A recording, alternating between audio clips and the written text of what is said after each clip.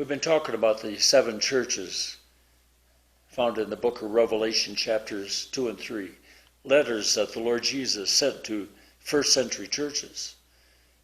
Ephesus, the first one, was to a church that was very dedicated but distracted. They loved their works more than worship. And Smyrna was the church that was crushed.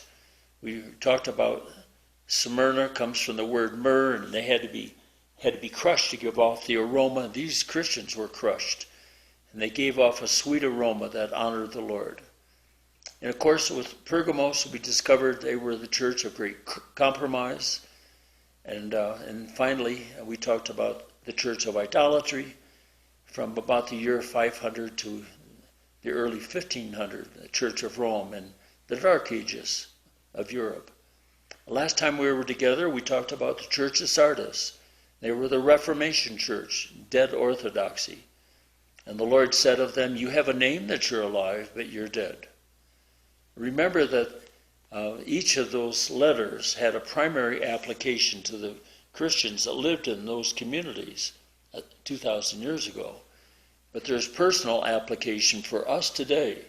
He that has an ear, let him hear what the Spirit says to the churches. And a prophetic application lays out a teaching of church history from the first century until this very hour. It's just pretty amazing to me that the trade route from Ephesus all the way over to Laodicea laid out in order historically of what we read about in the churches. Well, today we come to the church that's referred to as the Church of Philadelphia. Philadelphia, from about the year 1750 to the early 1900s, remember that Philadelphia even means brotherly love, and these believers were people of brotherly love. They were faithful to the gospel, small in number, weak, as far as not having a lot of finances perhaps, but they were, if I were to paint a one word or a picture of the Church of Philadelphia, it'd have to be the word gospel. The Lord said in Revelation chapter 3 in verses 7 and 8, "He that opens and no man shuts, and shuts and no man opens."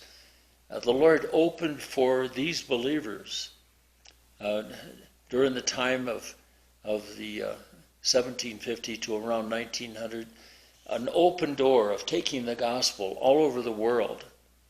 And the second thing he said of them is, "You have not denied my name." They were a church that were undergoing persecution, of course, just like the other churches.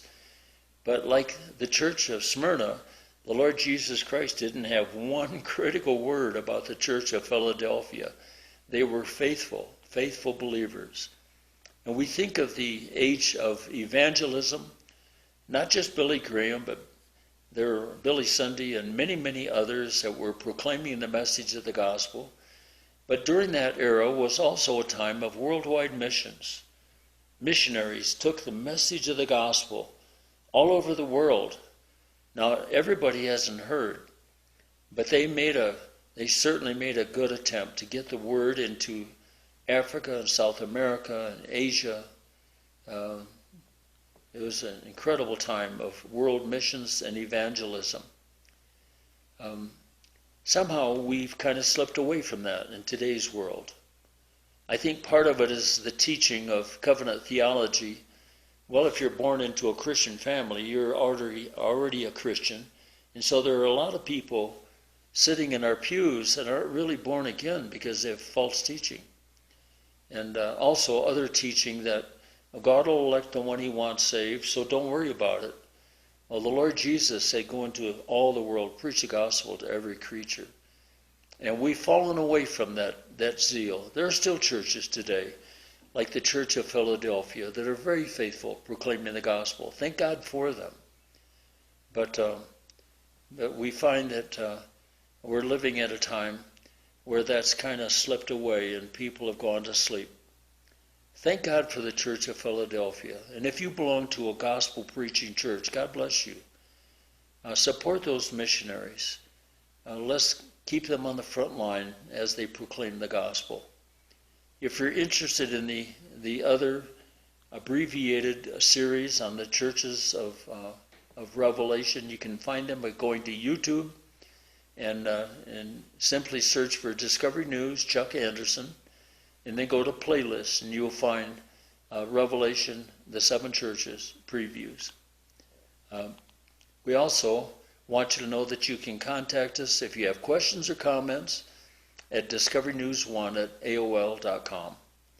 The Lord bless you.